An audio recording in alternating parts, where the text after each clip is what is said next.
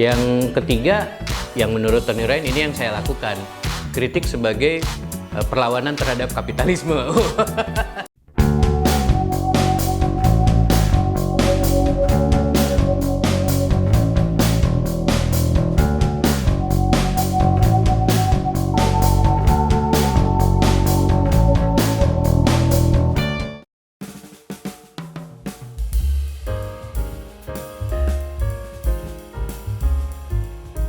Top 3-nya adalah satu Yuni.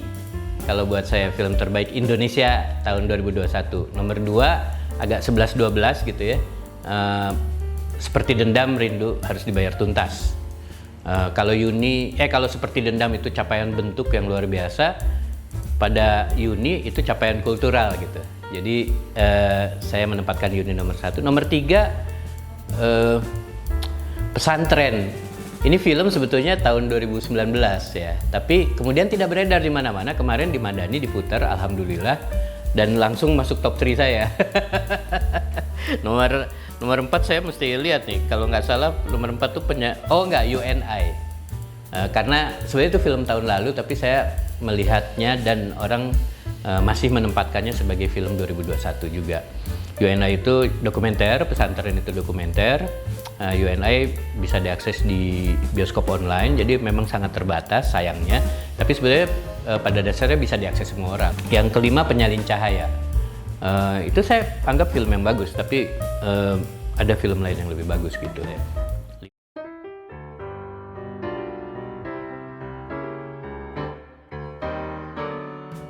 Saya kira itu kalau ekosistemnya tidak segera dibenahi, nggak bakal ketinggalan dari keragaman produknya itu sendiri gitu. Jadi sekarang ini kan untuk memproduksi itu sudah terjadi demokratisasi, nggak harus PH besar. Jadi indie itu bisa bikin film panjang gitu kan. Ada film panjang macam yang beberapa tahun lalu 2019 atau 2020 gitu ya, kayak misalnya dari Palu gitu, komunitasnya bisa menghasilkan film Mountain Song, film yang cukup eksperimental dan temanya penting, film panjang itu bisa main kemana-mana tuh gitu. Itu tidak ada unsur PH besar gitu. Pesantren juga sendiri ya relatif, tapi kemudian ada kerjasama funding lah. Uni For Colors itu menarik juga, fenomena menarik. For Colors itu tumbuh dari sebuah PH indie menjadi PH yang bekerja di dua kakinya ada di dua dunia gitu. Satu dunia mainstream dengan menghasilkan Losmen Bubroto, satu lagi dengan logika IP gitu ya bisa. Satu lagi Uni yang sangat personal, yang jalur pemasarnya beda lagi gitu. Itu dua-duanya For Colors. Jadi itu akan jadi model yang paling oke tuh. Misalnya Uni nih, dia bisa mengambil yang terbaik dari dunia mainstream maupun dunia indie. Ya, sensibilitasnya indie banget, freedom abis. Kalau kata Suci Cute ya, tokoh di Uni. Tapi moda produksinya hibrid, ada editornya Cesa itu sangat besar di mainstream film Indonesia beberapa tahun ini. Lalu ada Prima Rusdi kan yang ada Padangan Cinta, bekerja sama dengan Kamila Andini yang menghasilkan skenario yang buat saya skenario terbaik tahun ini gitu. Jadi kayak itu menarik ya, ada perjumpaan itu di For Colors gitu. Nah itu nanti akan jadi model.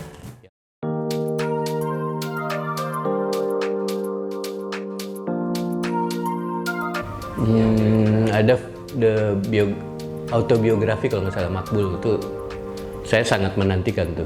Kayaknya asik banget deh. Terus kayaknya ada beberapa orang teater lah gitu kan. Jadi yang bukan dari film itu yang masuk. Terus sih kalau ngelihat trennya sih movie making kita tuh udah oke banget sih. Udah bisa dibilang udah internasional punya lah gitu.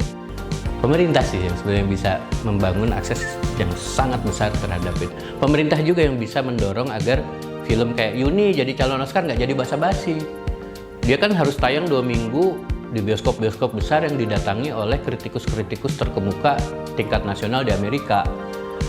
Yuni udah dapat ditonton oleh diulas oleh Variety misalnya, tapi harusnya diulas oleh majalah Time, oleh New York Times misalnya atau whatever gitu. Korea Selatan dengan Parasite melakukan itu.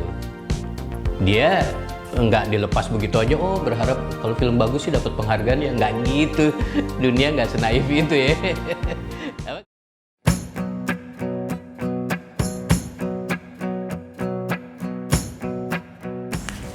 Kalau Yuni itu dia mampu bicara banyak ya tentang masalah yang sangat penting, yaitu dunia patriarki dalam bentuknya yang terkini di lokasi yang tidak lazim diungkapkan dalam platform ini gitu. Jadi maksudnya film kan tertariknya Jakarta, Jogja gitu. Ini Serang, ya pinggirnya, kampungnya, dan tidak dieksotisasi juga. Acting oke, seluruh elemennya bagus, walaupun tidak semua di industri film kita menelan ya. Banyak yang justru bilang jelek karena nggak fokus. Nah itu satu cara menilai film diterapkan kepada semua film gitu. Nah kalau seperti Dendam adalah bagaimana capaian bentuk ya, misalnya pilihan untuk men-shot film dengan celluloid, itu kan pilihan estetik. Lalu bahasa ya yang digunakan dipertahankan bahasa seperti film-film tahun 80-an. Demikian juga acting dan ketubuhannya dan delivery-nya. Tapi di luar itu, film ini dengan capaian bentuknya, dengan eksperimentasi bentuknya, dia berhasil bicara sebuah masa yang sangat penting yang jarang dikorek sampai dalam, yaitu sejarah kekerasan negeri ini, yang mengambil lokasi historisnya adalah di Orba. Dia mempersoalkan Orba dengan sangat kuat gitu loh. Dari mulai yang main-main gitu ya, yang di terakhir gitu ada adegan yang sangat ajaib itu gitu, yang sebenarnya menyinggung soal Soeharto mancing itu kan, sampai ke relasi kuasa di dalamnya kan. Ada Paman Gebul yang sebetulnya adalah jenderal gitu kan. Ada problemnya si Ajo Kawir itu, problem seksualnya itu diawali oleh sebuah peristiwa yang sangat Orba kan. Sebenarnya ada dua, yang satu gerhana matahari yang terjadi pada saat gerhana matahari, kedua Petrus. Jadi pelakunya kan pelaku Petrus, penembakan misterius. Nah, artinya dia bicara hal yang bukan sekadar senang-senang nonton film atau senang-senang bikin film. Dia bicara tentang sebuah sejarah kekerasan, sejarah politik gitu.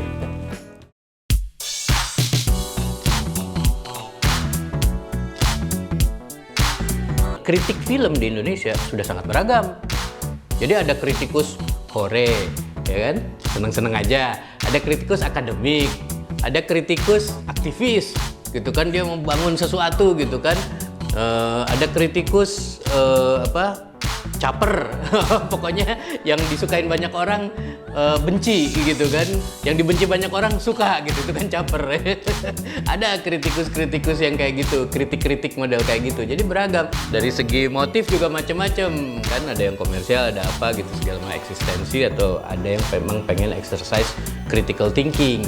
Saya juga tertarik pembagian dari Tony Ryan, kritikus dari Inggris, waktu ke Indonesia di GIFES. Dia bilang kritikus itu ada 3 jenis. Satu kritikus jenis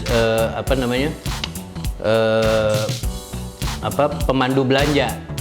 Jadi film keluar di bioskop, dia ngasih tahu ke penonton, calon penonton, ini tonton nih, untung deh lo gitu kan, makanya worth your money lah gitu kan. Itu nggak apa-apa gitu, jadi consumer guide. Satu lagi kritikus akademik, kepentingannya menciptakan teori dari nonton film, misalnya menemukan teori tentang postkolonialisme di dalam film-film Indonesia periode ini gitu misalnya, itu kan. Atau ada yang namanya male gaze, ada yang namanya female gaze gitu, terus dielaborasi gitu kan, hasil penelitian ataupun analisis. Nah, yang ketiga yang menurut Tony Ryan ini yang saya lakukan. Kritik sebagai perlawanan terhadap kapitalisme. Jadi misinya itu mengenalkan film-film yang di dalam struktur industri yang ada, yang didominasi oleh Hollywood, tidak mungkin muncul dan dikenal oleh halayak. Jadi dia memperjuangkan film-film yang terpinggirkan atau tidak akan dibahas. Makanya dia banyak mengenalkan film Indonesia misalnya, juga film dari Asia Tenggara lah, dan juga dia mengenalkan Wong Kar-wai dengan gigih gitu ke publik UK maupun penonton berbahasa Inggris di sana gitu kan. Kritik sastra, saya punya kritik terhadap kritik sastra itu lebih sibuk dengan ad hominem. Jadi ributnya orang.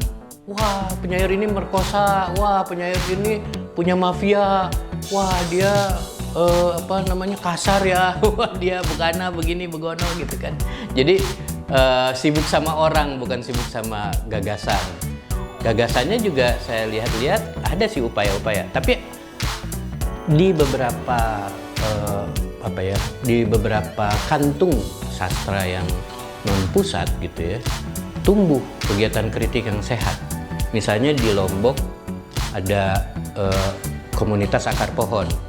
Inisiatornya Kiki Sulistyo, tapi banyak tokohnya udah belasan tahun, mungkin hampir 20 tahun kali ya, belasan tahun menghasilkan baik penyair maupun pegiat kritik yang penting kayak Hilda Kawaryu misalnya. Lalu ada beberapa lagi yang lebih belakangan muncul gitu. Nah, di Palu juga ada nemu buku Neni Muhammad. Lalu di Jogja ada beberapa gitu kan. Nah, ini buat saya justru kantung-kantung pertumbuhan gagasan tentang sastra yang menarik. Di Padang ada gitu, di Flores gitu, yang menawarkan keragaman maupun kesegaran tematik, jelajah tematik maupun jelajah pengucapan. Secara umum kegiatan kritik di seluruh bidang seni di Indonesia sedang jerit-jerit selama 1-2 tahun belakangan. Nggak ada kritik, nggak ada media kritik, tidak ada kritik yang berwibawa, tidak ada kritik yang baharu gitu kan dan sebagainya. Saya kira kecuali musik. Musik itu justru sangat hidup. Kalau dari segi hidupnya samalah dengan film, tapi musik itu mungkin lebih kurang dihargai daripada film. Jadi kurang glamor ya. Tapi musik glamor juga lah ya. Musik sangat hidup. Bisa muncul penerbitan khusus buku-buku tentang musik misalnya. Itu inisiasinya dari skena indie, skena independen. Wah, itu menarik ya. Sejak 2010-11 saya merasakan dunia kritik yang masih hidup malah masih di musik. Film ya saya sehari-hari film ya tau lah, tapi film baru setelah 2010 itu semarak banget dan belakangan kayak ada tipping point, jadi kayak udah masyarakat kritik sendiri gitu.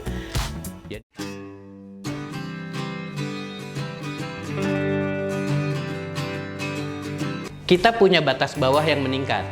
Orang tuh suka pengen menetapkan batas atas, salah. Batas atas itu dibebasin. Tapi batas bawah kalau ditingkatkan, gitu ya. Jadi jangan sampai batas bawah itu nggak